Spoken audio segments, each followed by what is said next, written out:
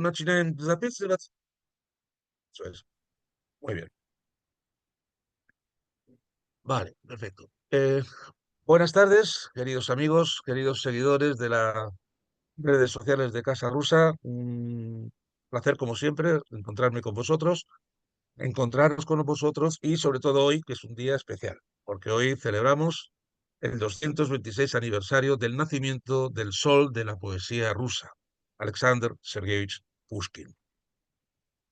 Es un acto que le tenemos mucho cariño. Precisamente esta mañana hemos estado ofreciendo flores en su estatua aquí en Madrid, recitando poemas, niños, actores, alumnos de ruso. Y es una tradición muy bonita, una tradición que mantenemos, una tradición que a mí como español me causa cierta envidia cómo el pueblo ruso cuida, educa a sus niños y con qué rigor, con qué respeto y sobre todo un acto por la libertad, un acto por el amor, por la libertad y de amor a este gran poeta. El encuentro de hoy tenemos dos invitados valiosos de nuestra de Casa Rusa, queridos. Saludamos a Svetlana Maliavina. Dobry wieczór, Svetlana.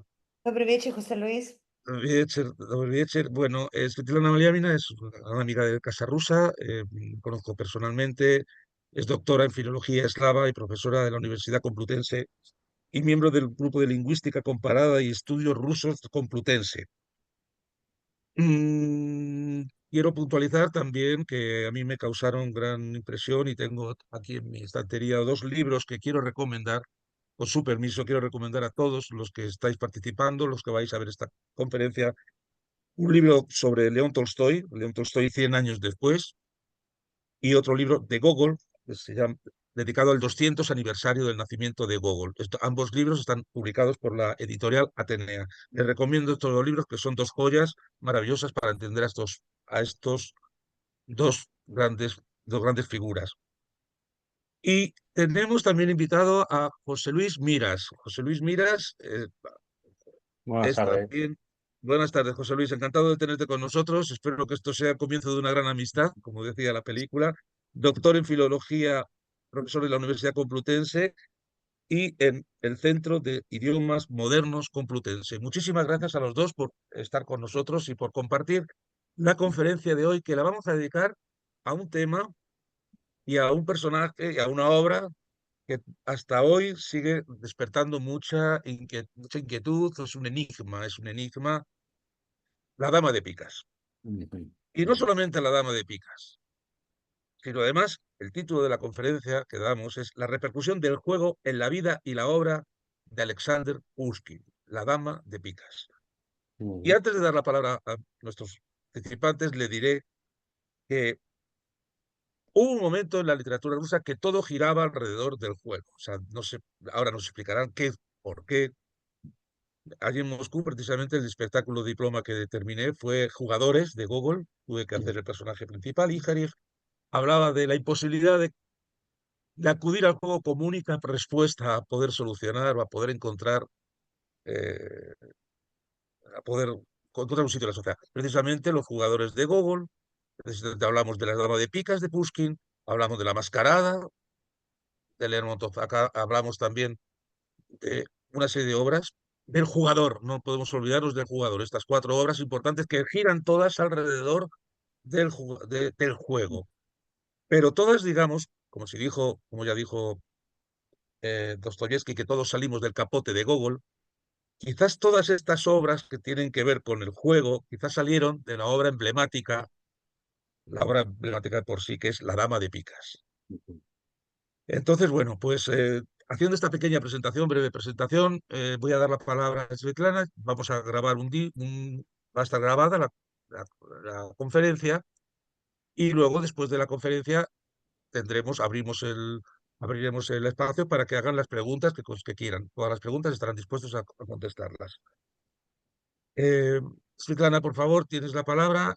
José Luis, encantado de que estéis con nosotros. Por favor, Svetlana, unas palabras y Oh, empezamos con la grabación. encantado. Muchísimas gracias, José Luis, por tu generosa presentación. Y en primer lugar, me gustaría agradecer el Centro Ruso de Ciencia y Cultura por invitarnos a dar esta charla el día tan memorable para todos nosotros, que es hoy, el 6 de junio, el Día de la Lengua Rusa, cuando homenajeamos el aniversario del nacimiento del poeta máximo de las letras rusas, que es Alexander Sergeyevich Pushkin. José Luis Miras y yo presentaremos una investigación titulada Repercusión del juego en la vida y la obra de Alexander Pushkin. Y hablaremos, como ya nos ha indicado José Luis, sobre la Dama de Picas. Voy a apagar mi vídeo para que la presentación esté mejor y comparto la presentación. Un momentito, ahora mismo, y empezamos. Muy bien. En nuestra investigación a propósito de la repercusión del juego en la literatura, nos acercamos a la Dama de Picas de Alexander Pushkin, pues este cuento recoge sus fundamentos. En el centro de la trama se encuentra el juego de cartas, que obsesionaba tanto al personaje como al autor. El clímax se produce en el duelo entre la banca y el jugador. El desarrollo de la trama y los movimientos de los personajes se subordinan a las reglas del mismo juego y se explican por él. Sin embargo, hay en este relato un elemento que añade un atractivo extraordinario y distinto a otras obras construidas en torno al juego. Se trata, sin duda, del personaje principal, cuyo nombre figura en el título, trascendiendo los límites de la ficción para evadir nuestra realidad cotidiana con la fuerza de su encanto esotérico. El hecho de que las 3 cartas mágicas se las revele a Germán el espectro de la condesa fallecida no es lo que sorprende al lector, sino que el mismo personaje se equivoque al elegir la carta el tercer día de la partida. Y la carta misma, que es en sí la causa de su derrota y de su locura. Al comenzar nuestra investigación, decidimos que era necesario exponer la historia del juego de cartas en Rusia y el principio del juego de Faraón, el lugar que ocupan las cartas en la vida de Pushkin, la influencia ejercida por la Dama de Picas y la transformación visual del personaje literario en el egrega. Los juegos de cartas gozaron de popularidad entre la nobleza rusa durante el reinado de Ana Yanovna, 1730-1740, pues el siglo XVIII fue una época de imitación de la cultura europea. Los juegos de cartas se consideraron un pasatiempo habitual y respetable. Eran de 2 tipos, de estrategia y de azar. Entre los primeros, considerados respetables, se encontraban el Bisht, Bind y Preferente. En los segundos, los juegos de azar conocidos como Stosh, Baccarat y Faraón, el destino del jugador dependía por entero de la suerte. Cuanto mayor era la apuesta, mayor era el riesgo y por tanto mayor la excitación de los jugadores. Esta intensidad emocional cautivaba cada vez más al jugador, haciendo que muchos lo perdieran todo en una noche.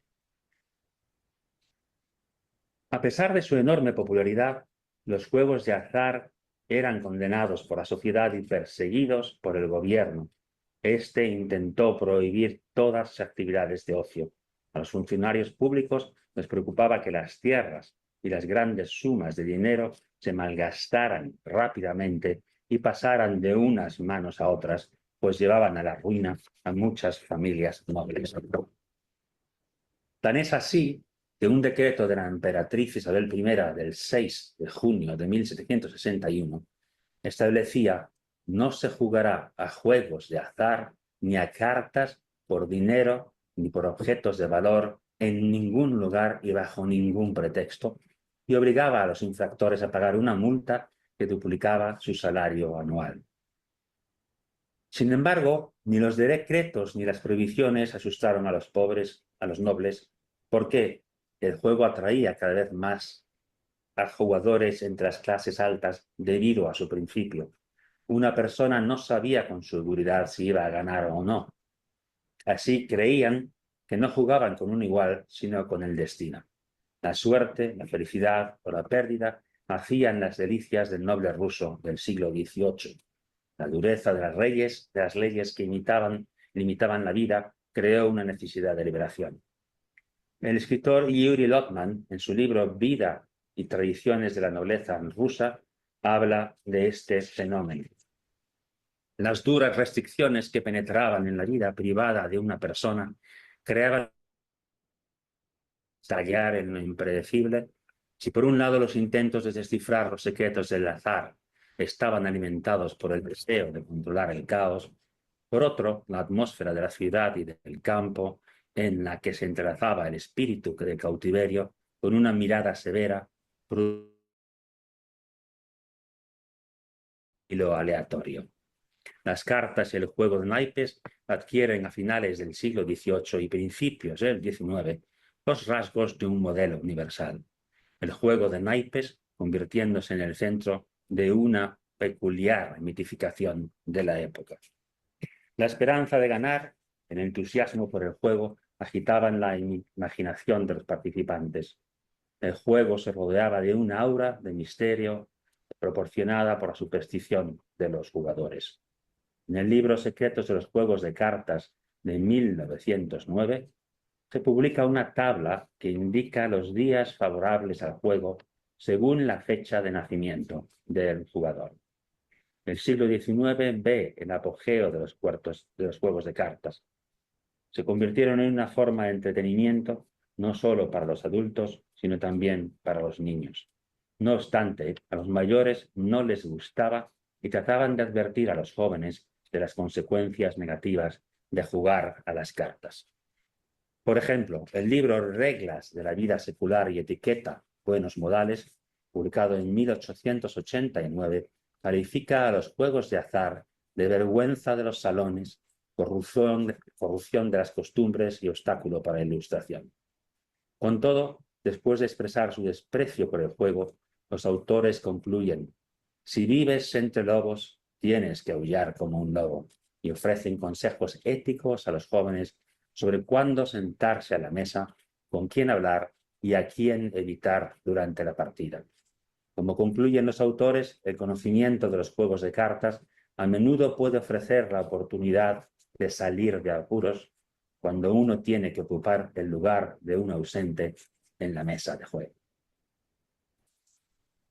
Pushkin fue un jugador apasionado con quien vino a cebarse la mala suerte. Su nombre figuraba en los registros policiales bajo el número 36, junto al de otros jugadores imprudentes de su época. Ya desde su juventud en el liceo, el poeta tuvo afición por las cartas. Veía en ellas la poesía del riesgo, la marca del destino. Se sabe que apostaba alto y por lo general perdía todo. Era penoso ver a aquel hombre extraordinario consumido por una pasión grosera e inútil. La juventud amaba pasar el rato con él, darse a juegos de azar, lo que le traía innumerables problemas. Sin embargo, era afortunado en el amor, y cumplía en él el dicho de que la suerte en el amor no conduce por necesidad a la suerte en el juego y viceversa. También acompañó a Pushkin la fortuna en los duelos, pues de los más de 20 que tuvo, solo el último resultó fatal. Tuvo gran éxito en la guerra, al menos durante la campaña de Erzurum de 1829, pero fracasó estrepitosamente con las cartas. Fue esta amarga suerte la que vivió con pesar percutiente.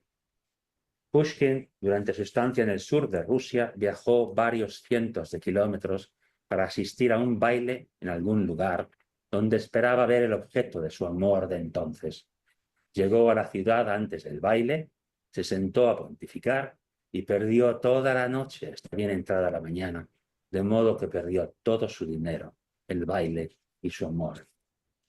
Pushkin me dijo una vez con razón que la pasión por el juego es la más fuerte de las pasiones, escribió en su diario un amigo íntimo de Pushkin. Pushkin era un niño en el juego y en los últimos días de su vida perdió incluso a tales personas que, excepto él, fueron derrotados por todos. En el fragmento de su obra central, Eugene Onegin, encontramos: pero a mí me tocó en suerte una pasión destructiva por el juego, la pasión por la banca, ni el amor a la libertad, ni Febo, ni la amistad, ni los banquetes me hubieran distraído en años pasados de la partida de cartas. Pensativo toda la noche hasta el amanecer, estaba dispuesto en esos años a interrogar el destino secreto. ¿Acaso caerá la sota a la izquierda? Entre las barajas dispersas dormitaba el banquero cansado, y yo, ceñudo, despierto y pálido, lleno de esperanza, con los ojos cerrados, doblaba la esquina del tercer as. El viajero inglés Thomas Ricks recordaba una frase que escuchó de cierto poeta ruso: prefiero morir a no jugar.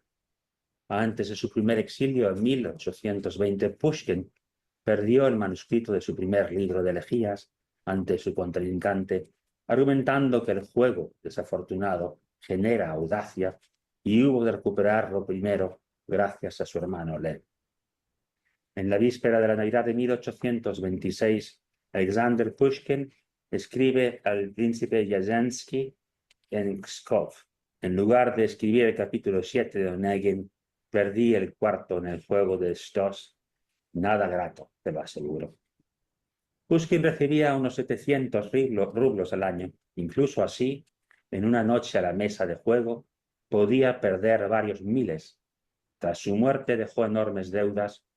En el archivo de la tutela de los hijos y propiedades de Pushkin se indica que el tesoro pagó alrededor de 120.000 rublos de todas las deudas contraídas por Pushkin. Con todo, Pushkin estuvo convencido hasta su muerte de que incluso en la mayor pérdida queda aún la esperanza de ganar. Pushkin jugaba al squash y al fado, juegos en los que todo dependía de la suerte. Tanto en sus textos poéticos como los teóricos, desarrolló una filosofía compleja de la suerte como fuerza vital ingeniosa. La suerte es un dios creador, un dios similar a los pequeños dioses paganos, pero la suerte en Pushkin no se identifica con el sino de los antiguos, sino con la providencia cristiana. La suerte es un poderoso y efímero instrumento en manos de la providencia. Tal definición quedó acuñada como aspecto central en la filosofía de la historia de Pushkin. Esa pequeña filosofía de la historia subyace también en la Dama de Picas, donde la repetición por 2 veces del nombre de Napoleón no es precisamente casual. El tema del azar y la suerte en los juegos de cartas aparece ya en uno de los primeros intentos de Pushkin en prosa, el borrador Nadianska, fechado en 1819, comienza así: varios jóvenes, en su mayoría militares, perdían sus bienes ante un polaco llamado Jarzynski, que llevaba una pequeña banca para pasar el rato y mezclaba las cartas con aire importante. Ases, treses, reyes desgarrados, jotas dobladas, caían en abanico y una nube de tiza borrada se mezclaba con el humo del tabaco turco. De ese mismo año data el boceto de una obra inconclusa titulada Las cartas.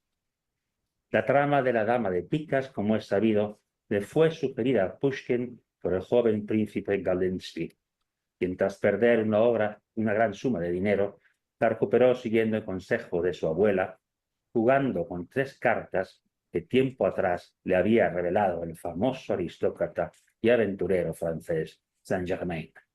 Esta abuela, conocida en la alta sociedad moscovita como la princesa con bigote, sirvió de prototipo al autor para la protagonista principal de su relato.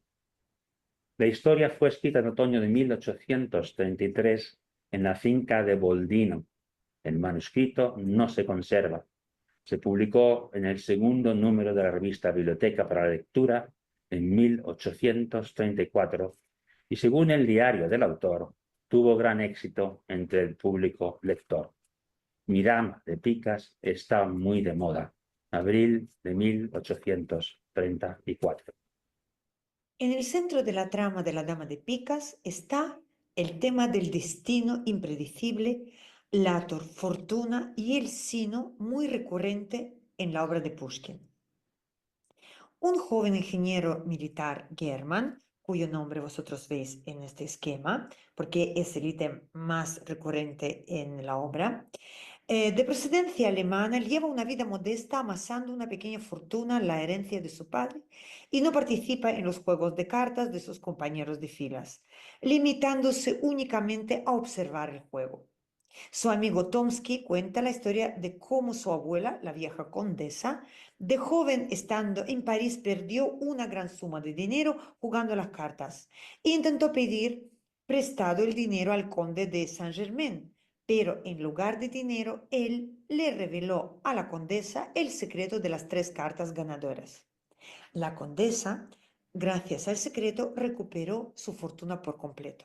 German, obsesionado por la historia, ingenió un plan y tras enamorar a Elisaveta, también vemos este nombre aquí, la institutriz de la condesa, con su ayuda entra por la noche en la casa y luego en el dormitorio de la anciana y trata de obligarla a revelarle el preciado secreto con súplicas primero y amenazas luego.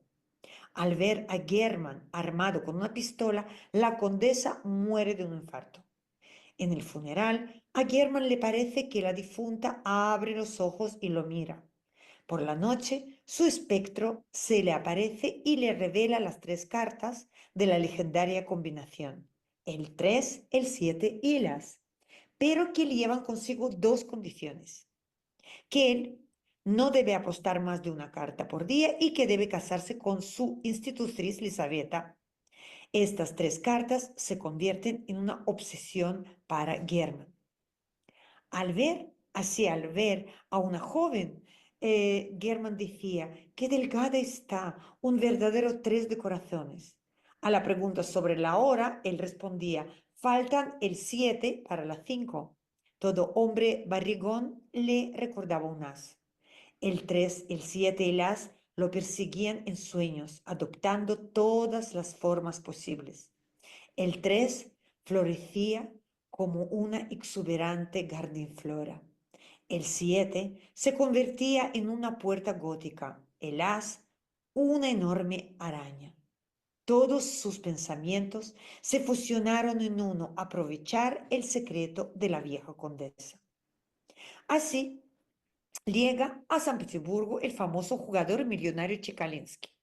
German piensa que ha llegado su hora y apuesta todo su capital, para aquel entonces 47.000 rublos, al 3 y en la primera noche gana y lo duplica el capital. Al día siguiente apuesta todo su dinero, ya son 94.000 rublos al 7. Otra vez gana y vuelve a duplicar su capital. Al tercer día, German apuesta todo el dinero, 188.000 rublos, al as. Sale un as. German cree que ha ganado, pero Chekalinsky dice que la dama de picas de German perdió. German mira su carta y descubre que se había equivocado y había apostado todo su dinero en lugar de un as a una dama. Y además, le parece ver que esta dama de picas le sonríe y le guiña un ojo, lo que le recuerda a la condesa muerta. El arruinado de German termina su vida en un hospital psiquiátrico donde no reacciona ante nada y solo murmura inusualmente rápido: el 3, el 7, el as, el 3, el 7, la dama. Nos gustaría hoy ofreceros una pequeña lectura de la última escena de la obra, la tercera noche de la partida de German, para transmitir en parte el estilo de Pushkin. La noche siguiente, German estaba de nuevo en la mesa. Todos le esperaban, los generales y los consejeros privados dejaron sus propias partidas de whist para ver un juego tan sorprendente. Los jóvenes oficiales saltaron de los sofás, todos los funcionarios se reunieron en el salón, todos rodearon a Germán. Los demás jugadores no dejaron sus cartas, esperando impacientemente a que terminara. Germán se sentó en la mesa, preparándose para jugar solo contra el pálido pero aún sonriente Chekalinsky. Cada uno desprecintó una baraja. Chekalinsky barajó. Germán sacó y jugó su carta, cubriendo su pila de billetes. Parecía un duelo. Se oyó un profundo silencio alrededor. Pues el clímax de la historia se produce en esta tercera mano de Germán, en la que él se equivoca y viene a sacar una dama en lugar de un as. ¿Cómo ha sucedido? ¿Cómo ha sido posible? Para contestar a esta pregunta, debemos aclarar cómo funciona una partida de faraón.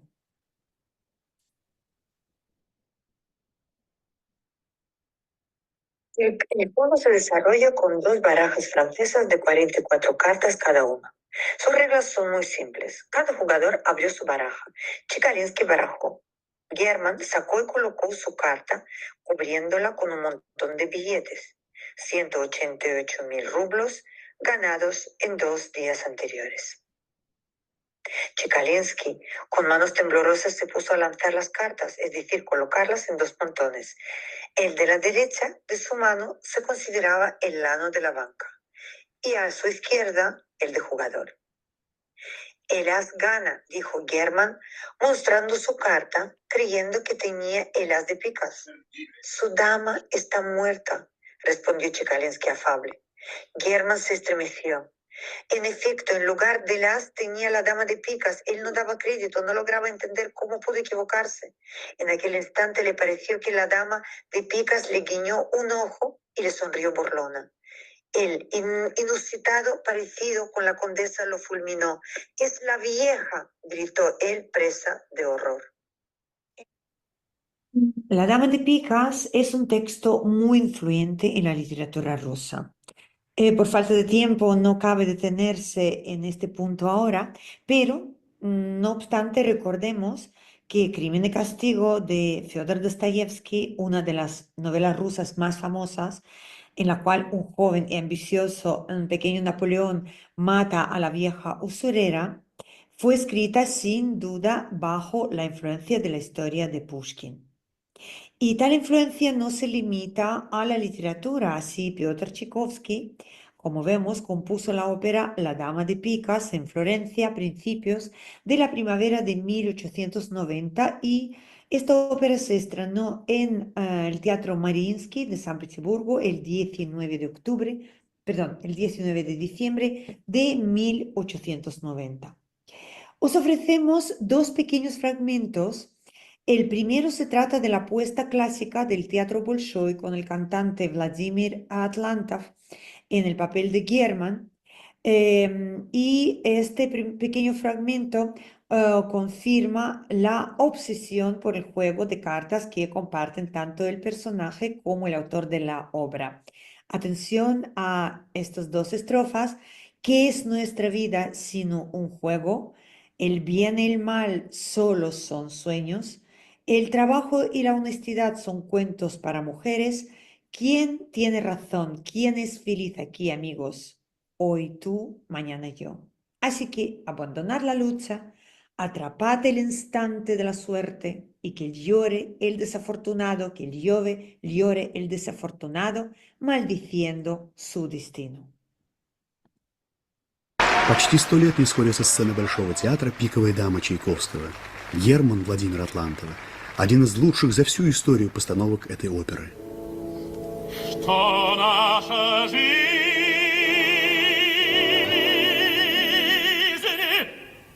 – игра, добро и зло, дни мечты, труд, честность, сказки Nababia, Popra, to счастлив здесь, друзья. Сегодня ты, а завтра я, так бросьте же борьбу. Борите ми к удачи, пусть неудачник плачет, пусть неудачник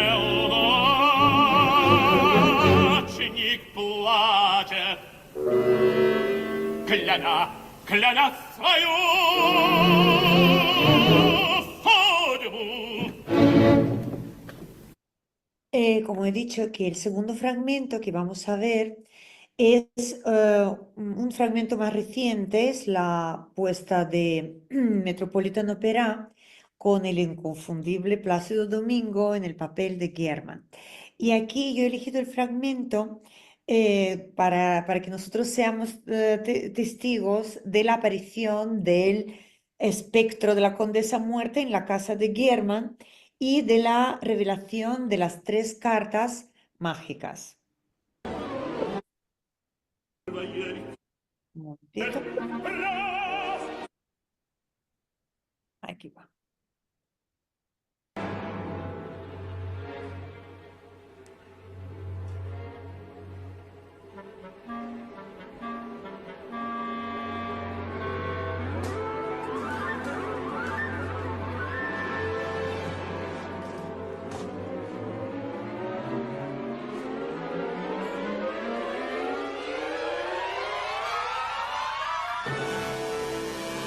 Мне страшно, страшно.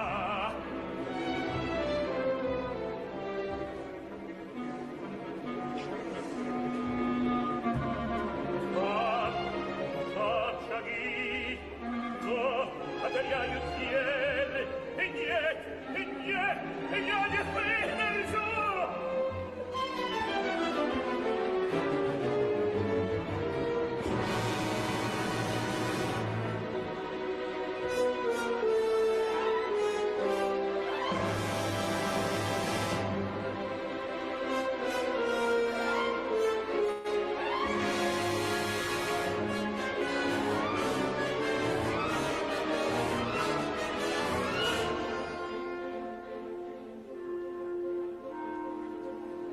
Я пришла к тебе против воли, но теперь исполнить твою просьбу.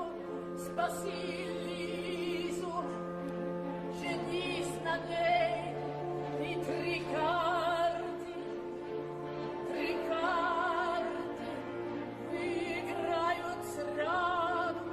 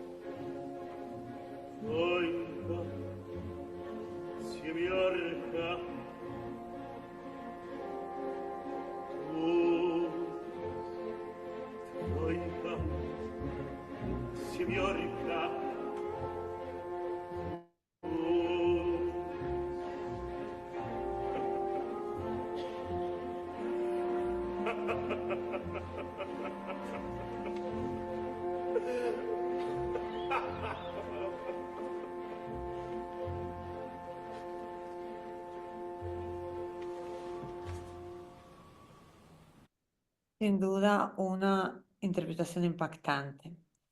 Por supuesto, muchos son aquí los ilustradores y artistas gráficos en distintas épocas que se acercaron a esta historia mítica y al personaje de la mágica anciana. Entre ellos son Benoit, Shuglaev, Yepifanov, Polikov, Sharinov, Gusiliev, Nikolaev, podéis observar Bazelov. Y no solamente los artistas gráficos, también los artistas de otros géneros, como aquí presente la pintura sobre el joyero de madera lacada de la autora Valentina Smolenskaya. La historia y su personaje principal han dejado su impronta en diversas formas de arte. Primero en ilustraciones de obras, luego en la ópera, en la música, en la creación de escenografías y por supuesto en el diseño de naipes. ¿Qué efecto se representa aquí? ¿Qué vemos cuando delante de nosotros hay toda esta colección de las damas, de las reinas de picas? Sin duda, sentimos que la dama de picas viene a ser la carta más sensual y expresiva de la baraja. Y ya el mismo Pushkin anuncia su trascendencia en el epígrafe de su historia. Bueno, en general sabemos que Pushkin era en extremo supersticioso y que creía en todo tipo de señales y premoniciones, en particular las sugeridas por las cartas. A menudo contaba a sus amigos su visita a la vieja divina Kirchhoff. Ella fue quien predijo al joven poeta que sería famoso, sufriría 2 exilios y viviría muchos años, a no ser que a la edad de 37 años le sucediera una desgracia a manos de un hombre o un caballo blanco. Bueno, Dantes, el militar francés con el que Pushkin se batió en su último duelo, era rubio y montaba un caballo blanco en su regimiento. La historia es muy conocida, todo se cumplió, no defraudaron las cartas. Con el epígrafe a su obra, Pushkin recuerda al lector que los juegos de cartas se utilizaban no solo como esparcimiento, como pasatiempo, como juego, sino también para las adivinanzas, para adivinar, para predecir el futuro. En esta su forma, según Lotman, se activan 2 funciones diferentes, predictiva y pragmática. En el funcionamiento de las cartas como un mecanismo semiótico unificado, estos 2 aspectos tienden a permearse. Cuando leemos el epígrafe de Pushkin, la dama de picas significa una hostilidad secreta, novísimo tratado de cartomancia, y vemos luego en relato que la dama de picas actúa como una carta, nos topamos con un caso de influencia e interacción entre estos 2 planos. En cada uno de los ilustradores más señeros de esta obra, apreciamos cómo se transmite gráficamente el sentido del epígrafe. Mirad estos 5 ejemplos.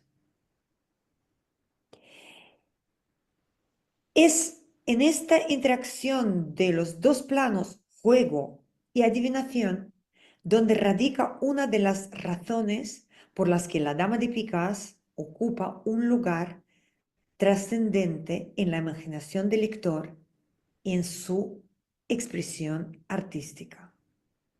De hecho, en el tarot, la dama de picas es una de las cartas más intrigantes y misteriosas. Una carta de poder y autoridad, intuición y sabiduría, superación de obstáculos y aviso de traiciones. Esta carta representa una figura femenina con una expresión seria, en ocasiones incluso amenazante. Y yo ya no menciono nada de la carta elegida para esta diapositiva. Su presencia en una tirada de cartas puede traer consigo diferentes significados y mensajes para el consultante. Su simbolismo se asocia con la astucia, la sagacidad y la capacidad de orientarse en situaciones adversas. Puede anunciar cambios importantes en el futuro y la necesidad de cautela de temer un posible engaño y una traición. En definitiva, la dama de picas invita al consultante a confiar en su intuición y sabiduría interior para enfrentar los desafíos de la vida. Poco a poco, la dama de picas, una de las cartas de la baraja, comienza a adquirir su propia historia y contorno místico. Y surge una pequeña leyenda llamada Los Cuatro Reinos del País de las Cartas. Aquí, la dama de picas se ve envuelta en un triángulo amoroso con cartas de distinto palo. Sucedió que la dama de picas se enamoró de la sota de corazones.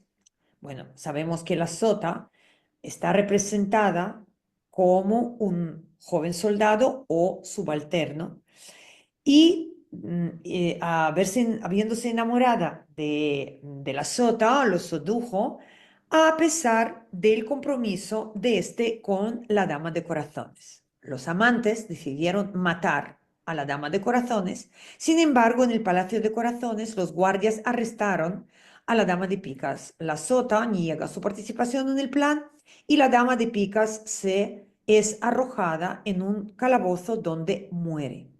Pero a la mañana siguiente, después de su muerte, se encuentran los cuerpos de la sota y de la dama de corazones estrangulados en los aposentos reales.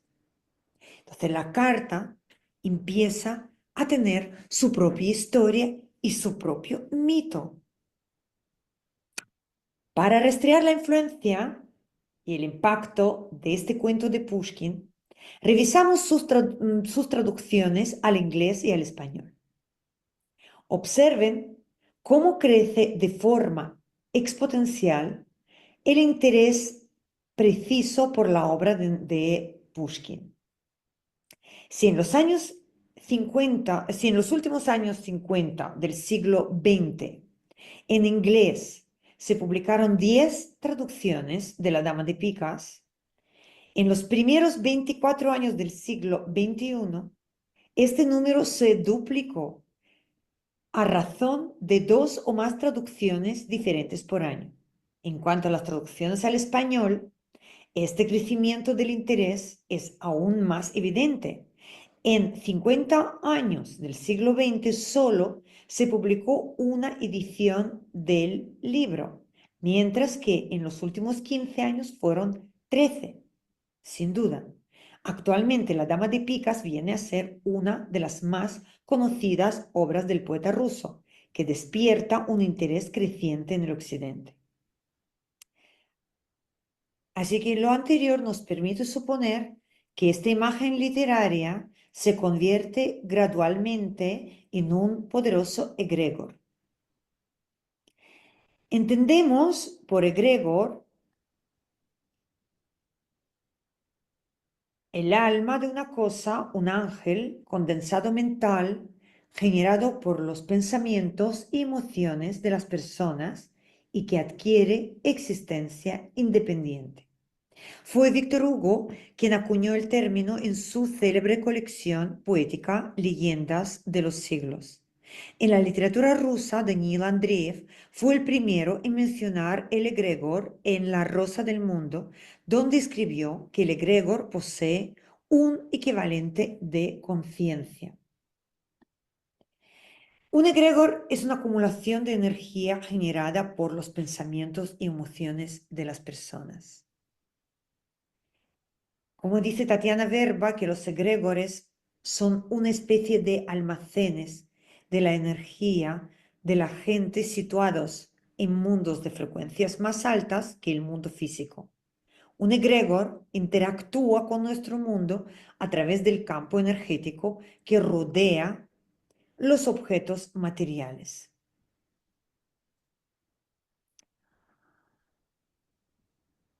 Pues llegamos a una parte final de nuestra investigación y decidimos entrar en contacto con este Gregor, es decir, con la dama de picas. Si lo deseáis, vosotros también podéis realizar este experimento, aunque no lo recomendamos. ¿Cómo se podría hacerlo?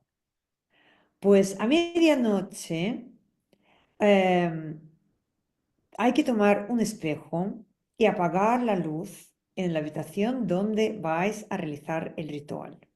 Con una barra de labios roja hay que dibujar 13 peldaños, como está puesto aquí, y en el último una puerta. Hay que encender 6 velas delante del espejo y repetir 3 veces.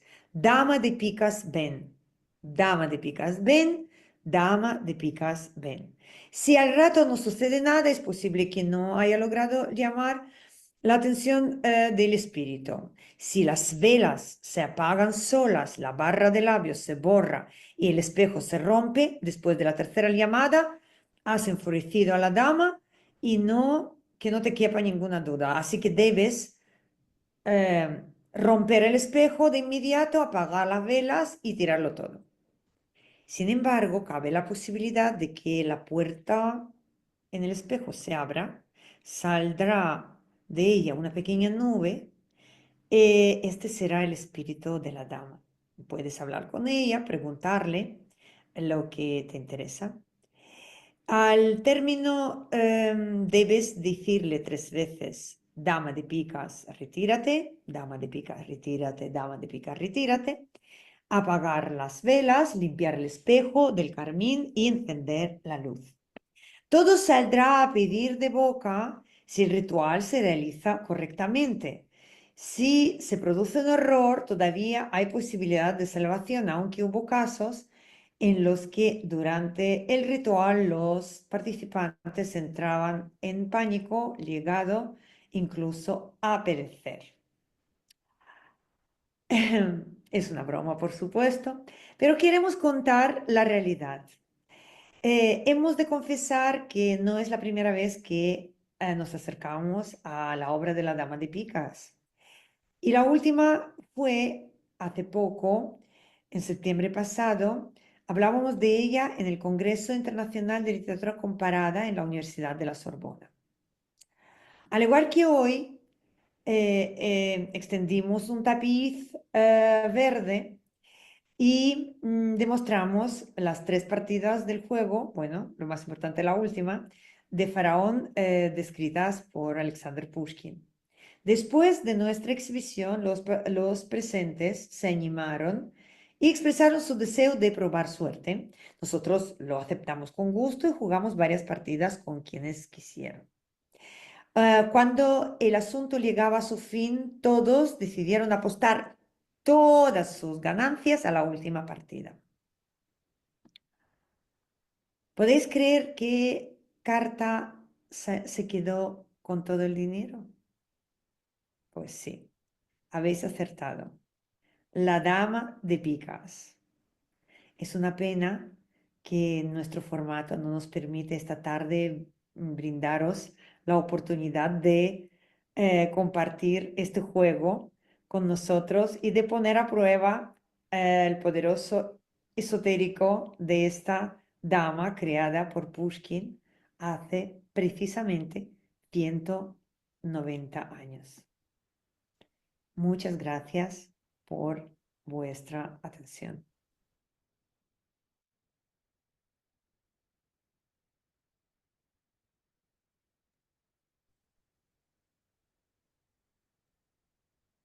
Bueno, muchísimas gracias, muchísimas gracias. Nos has dejado aquí con la inquietud, ¿no? De jugar, de jugar, de jugarnos. Además, los españoles también jugamos mucho, ¿no? Y qué cosa, ¿no? Qué comparación. Además, en Rusia siempre hay 2 palabras, ¿no? Yo siempre me extraño, la montaña rusa. Ay, Dios mío, que te vas a morir desde el susto por tener que bajar. Y luego la ruleta rusa. La ruleta rusa. Eh, ¿qué, qué- qué- ¿qué hay en la idiosincrasia del... Se puede hablar de que fue un fenómeno, que fue un fenómeno cultural del siglo XVIII, también tiene que ver con el movimiento decembrista, todo ese desencanto. ¿Hay alguna cosa propia del carácter ruso que le implica, que le lleve al juego?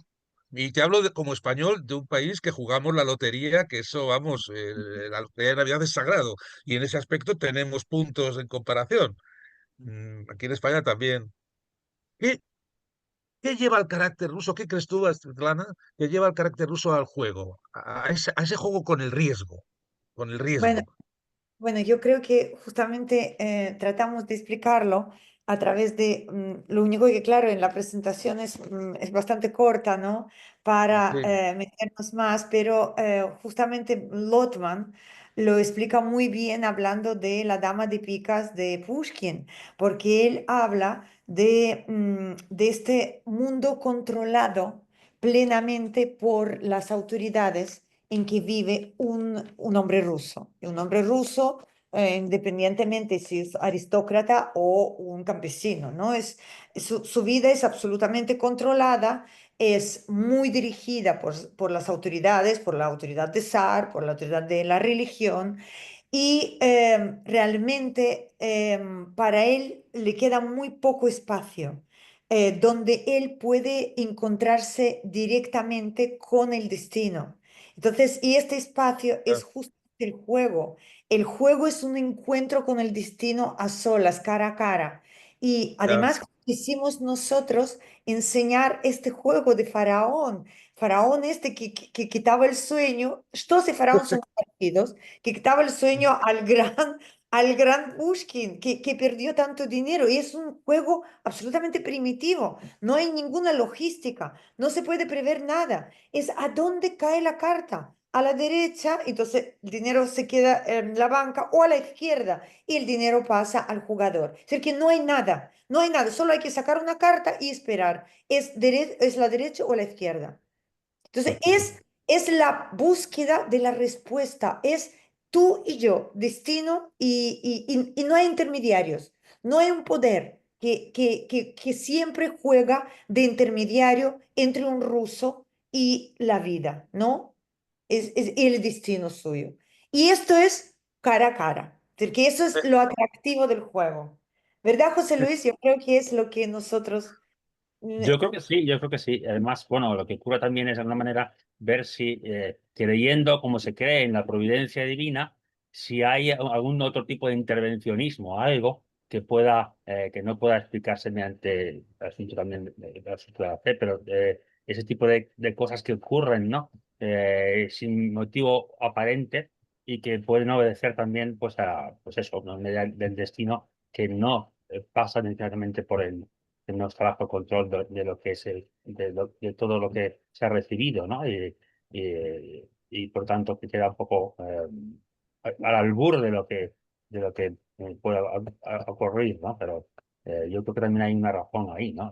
Una intervención del destino, pero el destino como providencia también. Probablemente la pérdida sea más bien, incluso he pensado algunas veces, una ganancia a largo tiempo, ¿no? Porque ganar al juego, pues se puede ganar al juego, pero se pueden perder en muchas otras cosas, ¿no?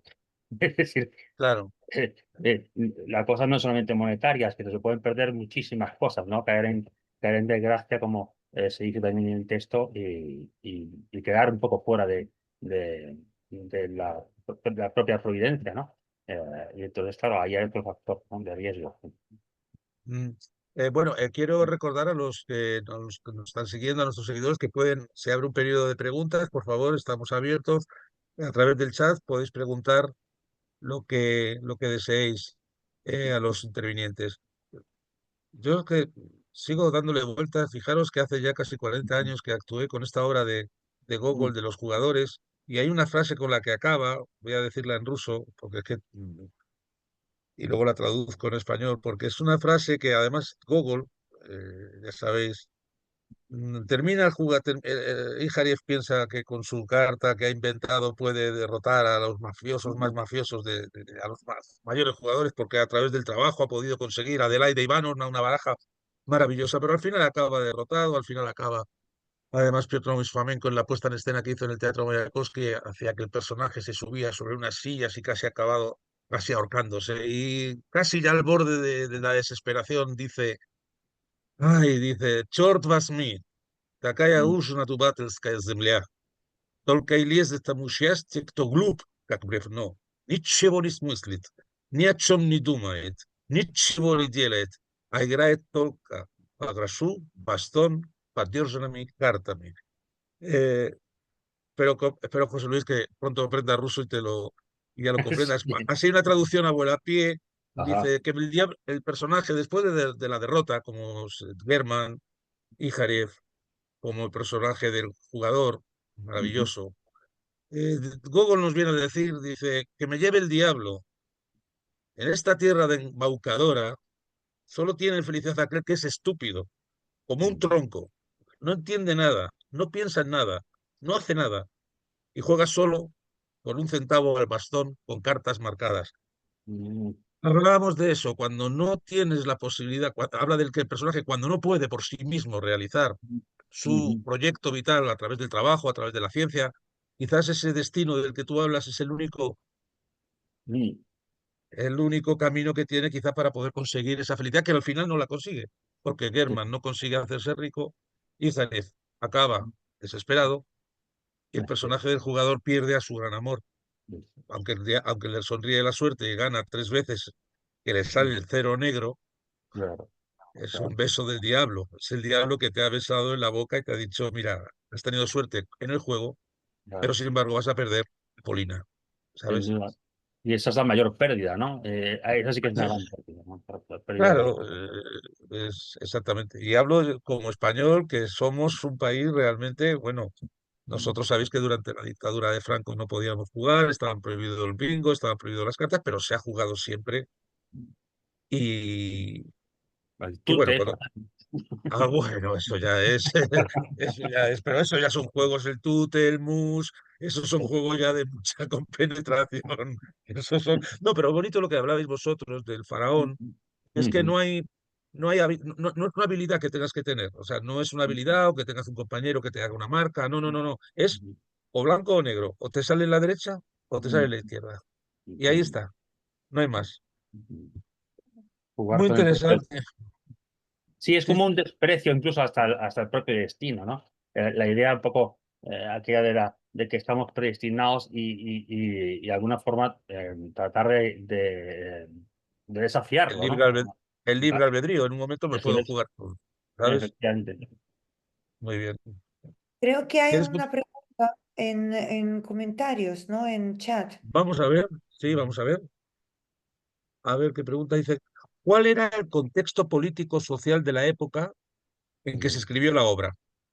Bueno, No pregunta, sí, la obra se escribe, como hemos dicho, en los años 30 del siglo XIX.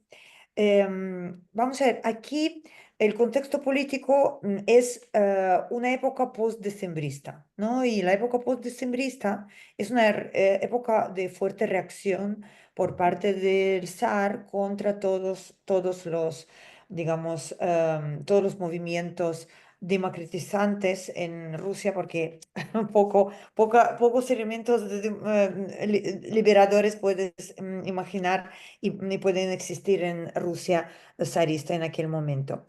Pero lo que es más importante, yo creo que no tanto el concepto social y político como el concepto de la vida de Pushkin en aquel momento, ¿no? Es decir, la relación de Pushkin, porque Pushkin precisamente no tenía mala relación con Nicolás I.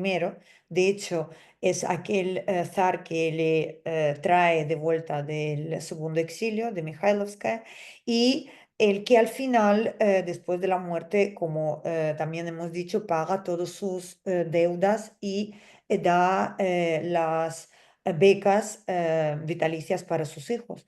Por lo tanto, digamos, yo no creo que está relacionada directamente con este mismo instante de Rusia. Está relacionado en general la vida rusa.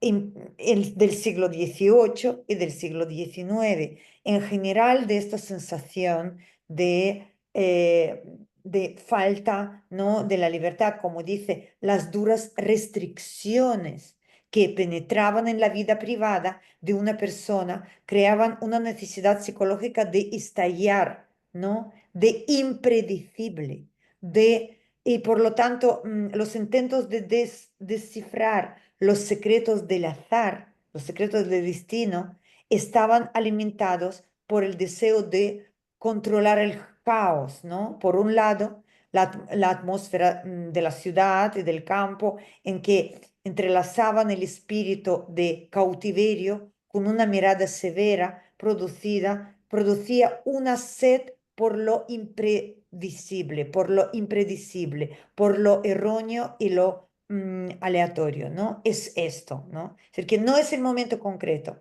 es la vida rusa, por lo menos en los siglos XVIII y XIX, cuando las cartas, el interés por las cartas, por el juego, llega a su apogeo. Mm, muy bien. ¿Alguna preguntita más? ¿Tenemos alguna pregunta más? Vamos a ver. Plana, una pregunta. ¿Qué influencia ha tenido la Dama de Pica en la literatura universal? Mira, una pregunta que hace aquí Zoilo Angulo Ríos. ¿Te pueden demostrar casos de muerte al invocar la Dama de Picas? Bueno, Que sepamos, no, No, ¿no? así no. Vamos a ver, es real. Es decir, yo he encontrado y yo sé que hubo gente que efectivamente, es decir, que hemos llegado a la conclusión que una carta una carta de la baraja empieza a tener no solamente su historia en la literatura rusa, y a través de esta historia en literatura rusa, donde se mezclan dos funciones, la función de carta de juego y la función de la carta predictoria de tarot, Esotérica, vamos. esotérica, sí. empieza a tener su propia historia y mitología y se convierte por toda la gente que rodea, que se impregna de la historia de Pushkin, que empieza a dibujar, empieza a pensar en ello, empieza a adivinar su futuro, empiezan a pensar sobre esta carta y la carta empieza a crecer y empieza a provocar en mucha gente una cierta emoción. Y esta emoción llega a crear esta especie de egregor. Egregor es Ujú. realmente una fuerza esotérica. Y efectivamente hemos encontrado que existe este ritual de llamar el espíritu de la dama de picas, como con la ouija, pues tratan de escuchar a los espíritus. Entonces nosotros hemos encontrado esto. A nosotros claro, nos surgió también una especie de desasosiego cuando se produjeron una serie de coincidencias, ¿no? Por ejemplo, que el día en el que íbamos a hacer una de nuestras ponencias, pues se produjo, se suspendieron las clases porque hubo una inundación en Madrid tremenda, ¿no? Entonces empezamos a decir, La primera vez, es decir, que para que el aquí, ¿no? Manzanares se desborde, eso habría que pasar algo, pero es que lo más curioso no era esto, es decir, la primera vez que tuvimos que suspender nuestra charla sobre la dama de picas porque el Manzanares se desbordó y se cerraron directamente la Universidad Complutense. Eso nunca ha Por pasado orden en del el rector, siglo además. 35 y además a las 12 de la noche se cerró. Pero lo gracioso que una semana después, cuando logramos reanudar el seminario de literatura comparada sobre el juego, cuando justo nosotros estuvimos exponiendo sobre la dama de picas, en el patio que lindaba con la salón de actos, alguien empezó con una máquina limpiar algo que no se oyó nada de nuestra presentación. Pero la limpieza duró justo la presentación, porque nada más terminar nosotros, se apagó la máquina y se escuchó todo lo demás.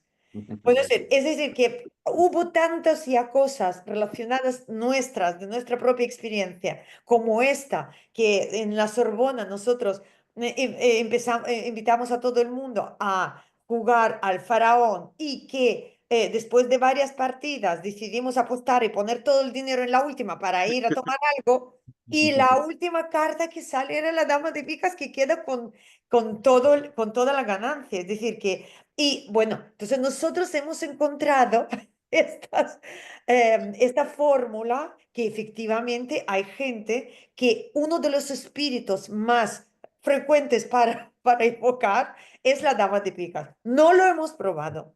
Nosotros lo hemos expuesto para que todo el mundo que quiera pueda aprovechar de nuestro conocimiento, pero no nos atrevemos. Tuvimos ya muchísimas experiencias muy preocupantes y amenazadoras para poder evocar a esta dama. Hay Te que tener podría, mucha cautela a la hora de emprender este camino. te podría decir que que si no creyéramos en la providencia divina, tendríamos que empezar a creer en la dama de picas, ¿no? La dama de picas. Bueno, Así que, qué influencia ha tenido la dama de picas en la literatura universal? A qué autores o quiénes a, a bueno, partir de eso han desarrollado? vamos a ver, nosotros no investigamos el impacto en la literatura universal, pero también es importante saber, cómo podéis imaginar, porque en literatura rusa sí, es decir, que ya tú mismo has nombrado muchísimas obras que efectivamente están influenciadas directamente, tanto la obra de Gogol como la obra de Dostoyevsky, etc.